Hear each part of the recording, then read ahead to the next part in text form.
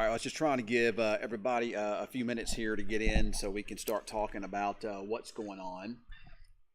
I'll give everybody just a few minutes and then we'll get started.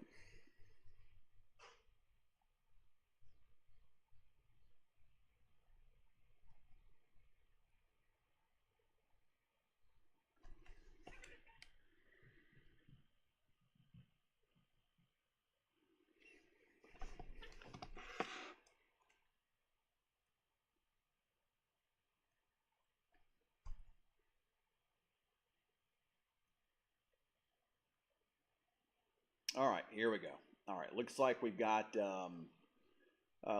people that have finally joined us here now. So let's talk about what's going on in terms of the weather.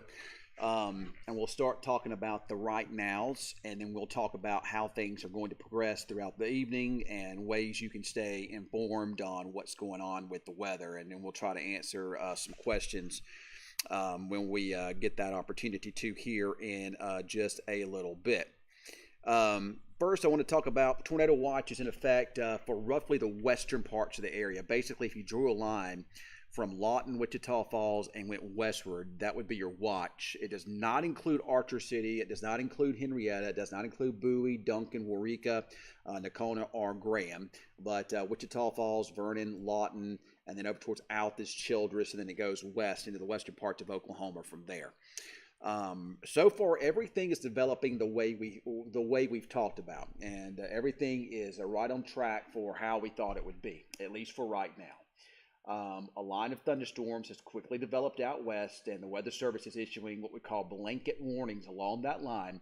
Basically, since the atmosphere has so much wind energy, it won't take much for these storms to tap into some of that and produce strong wind gusts that could exceed severe limits. So that's why you're going to see probably almost everybody in a severe thunderstorm warning at some point tonight because of that.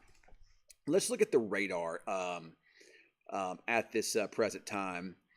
And for some reason, I cannot see my my questions here. So if you have questions, I may not be able to get to them until we get to that part of it. I don't know what's happened to my my question area over here. But let's talk a little bit about what's going on here in terms of weather. We're going to take a look at the radar. And I can show you where we have storms now and where they're moving. And this is the radar. Let me move it for a second, and you can see it. Now, there's our line of thunderstorms, and it's developing pretty fast. There's a couple tornado warnings in that. I do not have any reports of tornadoes on the ground with it at this time. There's a couple supercells across the far eastern parts of the Texas Panhandle, and that's why you're seeing those tornado warnings up that way. It won't take much for a supercell to be able to tap into some of this wind energy and all that spin that's in the atmosphere. Because there's a lot of low-level spin in the atmosphere today and this evening. So it wouldn't take much, especially for a supercell, to spin something up. So we're going to keep an eye on that. In fact, these things are across the eastern panhandle. We can probably tap into some streamers here. Let's see, this is Brett Adair. Brett's a really good storm chaser. Matter of fact, typically speaking, when you are watching any type of storm video, it usually either comes from Brett, a guy named Brandon Kopic, or Brandon Clement. If you ever watch any drone video, then you notice that the most of that comes from Brandon Clement. But there's Brett. You can see he's there on those supercells. Of course, his stream really isn't showing much. It does show the temperatures there have risen up to about 64, 65 degrees. Here's another chaser. This is that Brandon Kopic I was telling you about. It looks like his stream may not be up and running at this. Oh, here it goes. So we can see what he's seeing there. Again, he's on the road and just seeing some kind of cloudy skies up that way. No rain, no thunderstorms, or he's not really in position to really be able to look at it from there. But that is what we got as far as some storm chaser goes. As the storm chasers go, I do have a Garrett currently in our storm chaser vehicle. He's out over there in the tracker over there near Quanah at this time, and he's watching that line. So those are the supercells we're keeping an eye on. In fact, I'm going to take this and stop it. We're going to take the lightning off, if I can figure out how to get that off real fast. That way we can kind of tell what's going on with the storm itself. We don't really need We really don't need lightning on at this point in time. We know they've got thunderstorms. Lightning is just real useful when you're trying to watch for the development of storms to see how mature they are. So we know they're producing lightning. But the strongest storms are these up there in the eastern panhandle near Shamrock. You got that little supercell between Wheeler and Shamrock. Tornado warnings on that. Then you got the line that's to the west of this. Let's scroll down. There's Memphis, Texas. And where you see these magentas and these purple colors, that would represent hail. So at least for right now, these storms do have a bit of a hail threat. Now, they move eastward, and they're going to move very fast, folks. These storms are going to be getting with it this evening. I'm not going to lie. They're going to be moving very fast this evening. Some orders 60 to 70 miles per hour. So as this line organizes, it's going to be on you in a hurry, and it's going to be through you in a hurry. In fact, I don't even know that you're going to see a lot of rain out of it because it is moving so fast. But there's the southern end of the line at this time, well west of Childress, out near Turkey, Texas. And so far, everything is looking very, very linear. Linear, when you see a linear type of situation, it typically means damaging winds. Usually what happens is the storms spread out and they produce a lot of downdrafts. Those downdrafts all start joining up together, joining hands, and they start pushing out. That's the cooler, denser thunderstorm air, and it just kind of is heavy and it rushes, it falls out and it rushes. And that keeps the storms. If you ever watch me, I talk about the push and pull you have to have for a tornado. For a storm to produce a tornado, it has to rotate, meaning it has to have one side of the storm has to be pushing the cold air out, while the other side has to be pulling warm air in. It's this contrast in temperatures that can create the condensation. It helps create the tornado, and it's the wind shear that helps spin that down to the ground. So right now along this line, we're mostly looking at just straight line winds. What you have to watch out for sometimes, though, are the ones where you find kinks in the lines, because when you have a kink in the line, oftentimes that allows for the push and pull to start. It'll allow for something to spin up because there's a little bit of a push and pull when you get kinks in the line. Also, sometimes on the south end of a line, you can get a little supercell that may try to develop. So we'll keep an eye on that. I will say that the atmosphere, especially over into the southwestern parts of Oklahoma, we'll say kind of over into this area here, a little more favorable for some severe weather activity over this way. You have a little more low-level moisture. The shear is very good over that way. So, that's kind of where we're thinking if there's going to be any tornadic activity, it's probably where it will be. If we were dealing with straight supercells and we were dealing with a situation where there wasn't any capping in the atmosphere, I'd be very concerned because there's a lot of shear. And what shear is basically the winds in the atmosphere. They blow hard and change speed and direction with different altitudes in the atmosphere. So a good example of that, you walk outside, it's very windy outside with southeasterly winds at the Earth's surface. But if you were to climb on a ladder and go up about 5,000 feet, those winds veer around a more southerly component, and they're a little bit stronger. Then you go up from there, and they become more southwesterly, and they're even stronger than that. So what that does is it fans the atmosphere, and it causes the atmosphere to turn. So as you get these thunderstorms and they come along, you got this rising motion in this updraft, it causes the updraft to start spinning. Well, if everything can come together and you have a lot of shear between the bottom layer of the clouds, you got strong winds there all the way down to the Earth's surface, then that spin, especially if you have the push and pull I was just talking about going on, can stretch down to the Earth's surface, and that's what gives you a tornado. So we have the shear in place. But with tornado development, the number one thing you have to be concerned with is my daughter just texted me, and she's driving back to Lubbock this afternoon, and she just texted me a picture of the dust. I told her she's going to run into a lot of dust over there. She just said gross. For tornadoes in general, the most important thing to look at is what's going on at the Earth's surface. You got to have a way, and it looks like we got to have a new tornado warning that has been issued from our friends at the Weather Service in Norman there. So let me get the telestrator off. And there's that tornado warning up there near Cheyenne. That's kind of south of Woodward and kind of, it's kind of northwest of Elk City. We'll probably see additional tornado warnings, I would imagine, on this line as it moves eastward. So very important what happens at the Earth's surface. And I'm going to show you some stuff in a minute to kind of explain my thought process. And I did this earlier today too. when we were talking about this. I was streaming this stuff from home this morning. And I know you got questions, but for some reason on my Streamlabs, I'm not able to see questions here for whatever reason. I have no idea why. So we'll do a question and answer here in just a few minutes. Hopefully, I can get those. If not, I may have to just answer your questions from a just answer them in general. So like through just through comments. So what we're going to do now is, and we'll keep an eye on this line of storms. I'm going to bring up some data here so we can look at. And I'm going to have to call Garrett here in just a minute, so we may have to pop off for just a second. I may have to pop my video off for a second. So, but you'll get to hear me communicating with him. So that's pretty cool. So let's pull up some weather data here if we can. Let's go to my Pivotal weather site. I like that site. It's pretty good. It's not as good as some of the other ones, but it gives me access to a lot of weather data that I want. So, and we're going to go to our old friend, the high resolution rapid refresh model, and then we're going to go to regional and come down into Oklahoma as soon as we get that chance. There we are. All right. This is going to be the latest update. Let's get on here. I'm going to go with what would be radar. What you're going to notice on this is showing that line of storms punching in from the west here rapidly. So that would be as of, what's the time it is? 6:30. That would be as of about 6 o'clock. That actually did a pretty good job handling the position of those storms. You have a strong, potent upper-level disturbance moving into Oklahoma this evening, and that's where a lot of what's called the forcing, a lot of the lift with it is located.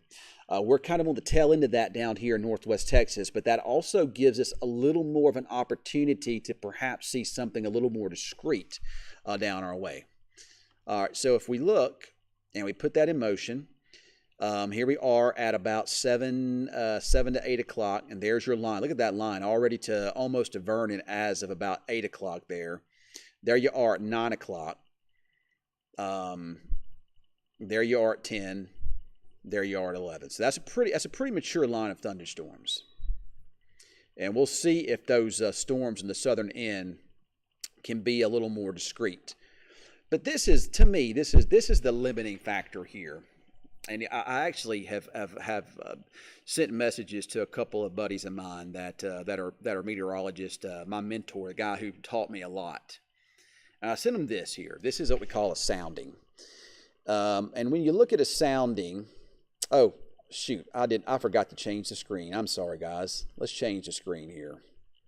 The screen, and I just showed all that whole everything, and you didn't even get to see it because of that. I'm sorry. Give me just a second here, and we'll pull this up. But like I was saying here, I'm going to show you what's called a sounding. And I know you can't see it. That's why I'm in the process of changing. I forgot to change my source. Had somebody just message me and say, I can't see the screen. All right, so there it is. Now you can see it. All right, so if you look, follow that red line there, and I know that you guys do not have a clue as to what this is, because I mean I went to school for this stuff, and some of it still don't make sense to me honestly. But I do like the soundings. When I'm looking at severe weather stuff and winter weather stuff, the sounding will tell you the story of what you want to. All right, so this would be what the atmosphere would look like if you were to launch a balloon at this given time in Wichita Falls. All right, remember I said the Earth's surface is very important for severe weather. In order for a thunderstorm to develop and a thunderstorm to maintain its intensity, you have rising air, okay? And with that rising air, the surrounding air, as a parcel of air rises, the surrounding air has to remain colder than that parcel of air. So in other words, if we take a parcel of air and raise it up at 75 degrees, it goes up, it goes up, it goes up. And as long as it's in an environment where it's warmer than the surrounding environment, so let's say it rises up into an area that's 60 degrees, it'll continue to rise because it's warmer than its surrounding environment. Well, what happens is, though, if it hits an area in the atmosphere where that surrounding air becomes warmer than the parcel of air that's rising, it can no longer lift. It can no longer rise. It becomes stable. So it goes up, up, up, and then it falls back down. There's nothing to keep pushing it up. Now, sometimes when you get these strong storm systems that are coming in like tonight, it'll push it up regardless. But I still believe that there's still something to be said though about an inversion or a cap in the atmosphere. All right, so on a sounding, the temperatures, if you follow my cursor here, they're kind of slanted. This would be 0 degrees Celsius or 32 degrees Fahrenheit, right there, that little blue line. Follow my cursor, and the way this is going to be 32 degrees or lower on where you follow this cursor from this blue line this direction. It's cold. Now on this side of it, it's warm. So if this is the green is represents dew point temperatures, and that can play a role too in things, but we're not really talking about that. But if you look here, here's your red. This shows temperatures. This shows surface temperatures staying right around 70, right as that line pushes on through. But notice as this parcel of air tries to lift, what happens right in this area here? Whoops. This part of the atmosphere is warmer than the parcel of air it's rising. So all of a sudden, we got what's called a lot of sinking motion on the atmosphere. Or we got a lot of we shouldn't say sinking motion. I should say we have a lot of cap on the atmosphere. We got a lot of convective inhibition. It's keeping the surface stable. So what happens in this situation a lot of times, the thunderstorms, they can still form, they can still develop, but they root. The bottom layer of the cloud are up higher in the atmosphere. They're called elevated or high based. To get a tornado, they have to be surface based. Surface based would be down here. Sometimes when you have these strong systems in the area, it can compensate for that. And we do have strong winds. You look up, these are the winds, and it shows some really strong winds. And if you look at the hodograph shows the way the atmosphere looks. It's basically a connect the dots. And anytime it hooks around like this and is stretched out, that's a very, very strong severe weather signature or tornado signature with hodographs. But again, that don't make a hill of beans if you don't have storms that can root down in the boundary layer. And as long as this is here, it might prevent that from happening. So I know there's a lot of hype. I've been on social media today. There's a lot of hype on social media today about this. And I understand why. Because there are some crazy strong winds in the atmosphere. And there still could be tornadoes. Like I said, this storm system is still strong, and it could help overcome that cap. They could help overcome the things that are the net. But remember, I always say the negatives outweigh the positives. So with that said, I do expect strong winds within this line of storms. I think just about everybody in Oklahoma tonight will get a warning of some sort. But the tornado threat's a little more conditional because we're not looking at this system coming through during the middle of the afternoon or the mid to late afternoon. We're not looking at temperatures that are up in the 80s and dew points that are running up close to 70. That changes the game. It gives us more instability, and it allows the air to be warmer as it's rising. It's a lot more unstable, so the cap isn't as much of an issue then. But with this type of a situation, it is. So I'm going to take this as my daughter call it. Hello? Dad, I'm really scared. Why are you really scared? Because it's really dark and dusty. I told you it was going to be. The wind is really, really bad. Yep. Where are you at? I'm almost to Crosbyton. So where is that at? It's like 30 minutes from Lubbock. Okay. Well, just slow down and drive real slow. I'm actually 50 miles, though, from Lubbock, so I probably am not that close, but I'm really scared still. Well, just drive real slow. Take your time.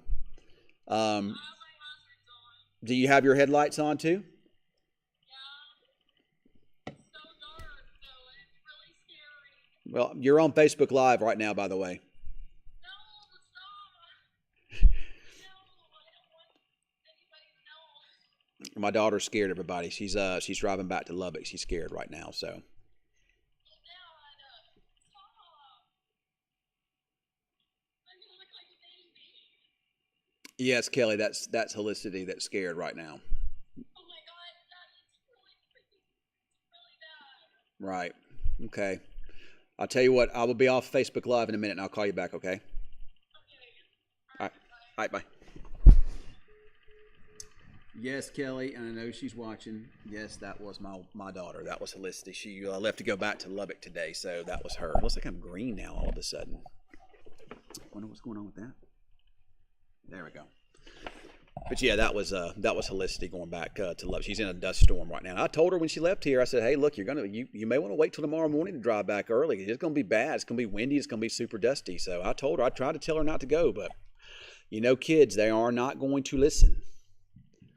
So, all right. So that's that line of storms I was just telling you about when we're talking about a few minutes ago. There it is, and that would be to Wichita Falls around 9:30. That's what I'm talking. It's booking it. It's moving fast, really fast. We can go back to the radar, and I'll be on Facebook Live and YouTube Live a lot this evening. I do got to go do some stuff on the news. If we get into severe weather coverage, I'll be doing most of my stuff through News Channel 6 page, but I'll also try to stream over here too some with that, so you'll be able to get the best of both worlds. But if we go here now, we can pull up the radar again. And you can see that line, but you have to watch these waves in the line, and like the ones we're seeing near Childress. I'm going to have to go here in a minute so I can call Garrett. Matter of fact, I'll call Garrett now while we're on, so y'all can listen to that conversation. That's what this Facebook Live is all about, all right? It's about, being able to connect and see how we do things. So you'll be on here, and Garrett's on at the same time. So you'll hear Garrett. But you will not see my face. So. Hey,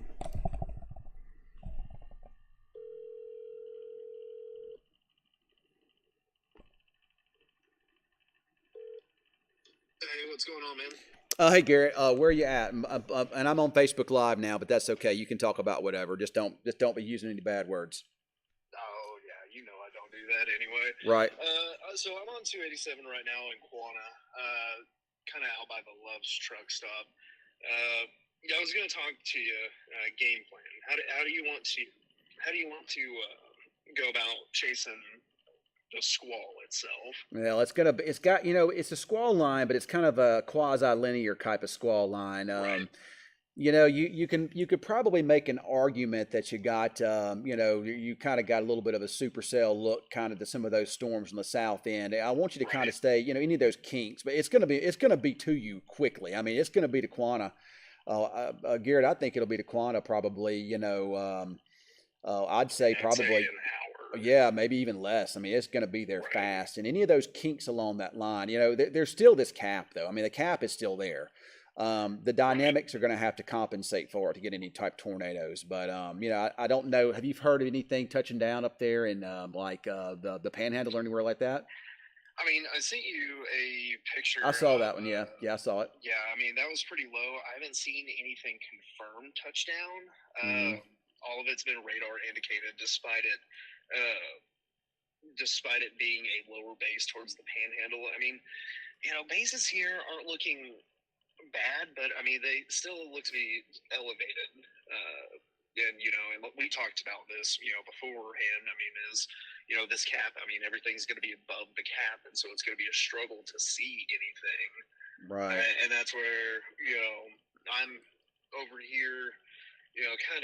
I'm debating one of two things. I'm debating on staying in front of it or following it, and I wanted to pick your brain on that. Man, it's moving so fast. It's gonna be through you. It'll be to you and through you in a matter of minutes. I would suggest probably just kind of following it. Honestly, I wouldn't follow it from behind. I'd stay out in front of it, of course. But you're gonna have to be on the move a lot. And I would just stay put right where I'm at. And we'll watch these storms in the southern end, and there'll be some warnings coming your way soon. Definitely severe. We'll probably get some tornado warnings too, I'd imagine. But I just don't know if that's going to reach down be able to reach down to the Earth's surface or not. But we'll see. But that's coming. I'm pretty certain we're going to get it, and we'll probably do some wall-to-wall coverage at some point in time this evening, I'm sure. So, just do your best. Just do your best to stay out ahead of it. All right. All right. All right. Well, I will be in touch. I'm not on Unity. I have not figured. I will be on Unity if we get into severe weather coverage. I'll be on Unity because I'll have somebody else's phone to use. But for whatever reason, I can't get my phone to connect to it. So we'll just use it on somebody else's. All right. Wait, and let me confirm I heard you correct. You want me to stay in front of it? Well, yeah. Well, I just want you to follow the line. Just Okay, chase it like okay, you I got normally you, I would. got you. You All know. right, I got you. All right. All right. Well, I'll be in touch, All right, bud. man. All right, man. All Bye. right, see ya. All right. So that was Garrett there, and he was wanting to know, kind of pick my brain for a little bit and try to figure out what we needed to do, what the game plan was. So, all right, so I'm going to take time now to answer some questions. Let's see here. Like I say, for whatever reason, I'm not able to see my questions here, so maybe they'll pop up here in this box, and if they do, then we'll be able to see them, and I'll be able to answer them. If not, I may have to just go to the my Facebook page itself and try to answer them. I am looking at the Weather Service Instant Messenger, and so far I do not see any reports of tornadoes reaching the ground. So this tells me that the shear is there, the spin of the atmosphere is there, the rotation is there, but so far we're not seeing this stuff reach down to the Earth's surface. Winds, yes, but the tornado threat, we have not seen that materialize yet. It's going to be interesting to see what happens as these storms move into southwest Oklahoma area. The atmosphere is pretty favorable, at least from a wind shear standpoint, for those to produce tornadoes. But of course, that's the way it is area wide. But again, I just don't know that we have the instability there to get that. Kim, don't let your storm anxiety be through the roof. The good news is, and if I were really, really concerned about this, the tornado potential here, I would tell you, hey, look, I'm super concerned about this. I'm telling you now. I mean, I'm not totally ruling it out. I mean, if I'm on air covering tornado warnings, I wouldn't be surprised. But I just don't know that we're going to be able to achieve a major tornado event with at least a surface, what we call boundary layer stability. It's going to be kind of stable outside. So I just don't know. We'll see. Tornado watch has been issued for a while now, Melissa. That's not anything new.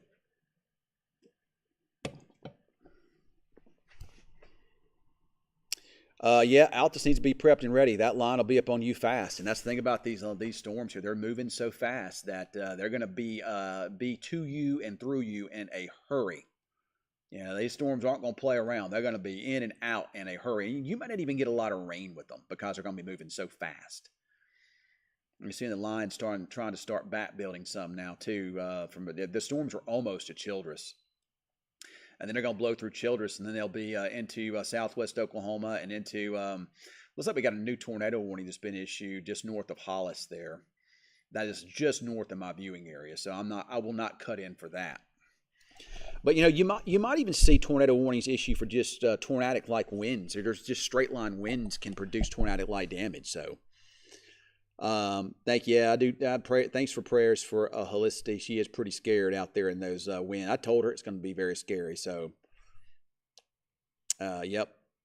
I would say, Terry, Tracy, sorry, expected wind speeds in Wichita Falls at probably at least 60 when that comes through here, I think. Winds over 100 being reported near Childress. So, I mean, that would have to be west of Childress or north of Childress because we don't have the storms are not yet to Childress yet. So let me look at the winds here from my vantage point. And I do see strong winds there. They're not they're pretty strong, especially north of there up towards Loco. Been very strong winds there. So. How strong? I mean, you can still see some 50, 60 mile per hour winds in Bowie, even though the line of storms might be weakening some as it heads over your way. I still think that Sanjay. I think that the line of storms will be into Burt Burnett approximately 9:30, maybe 10 o'clock. And again, Wichita Falls, same thing, 9:30ish.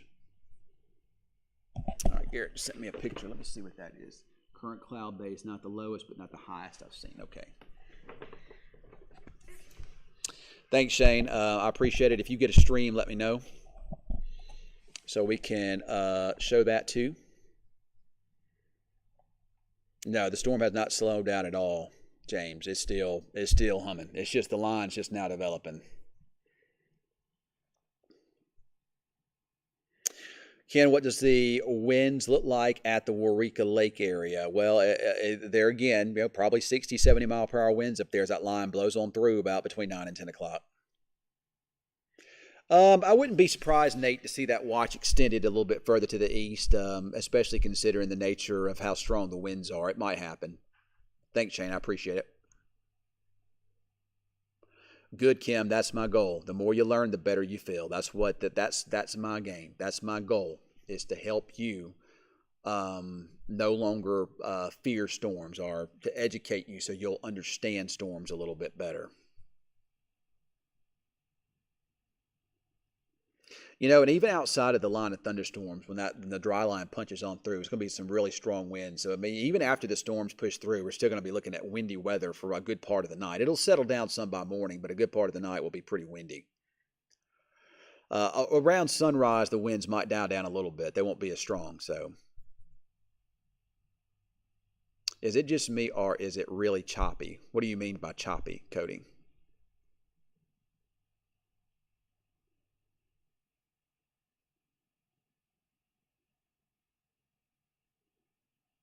Sorry, I just hopped on, but what can we expect besides wind? Mostly wind. I had a real good explanation again a minute ago, Austin, about why I think the tornado threat is conditional. I can't totally rule it out because the really strong wind fields in the atmosphere, but I think it could be hard to pull a tornado down to the Earth's surface. We'll see, though.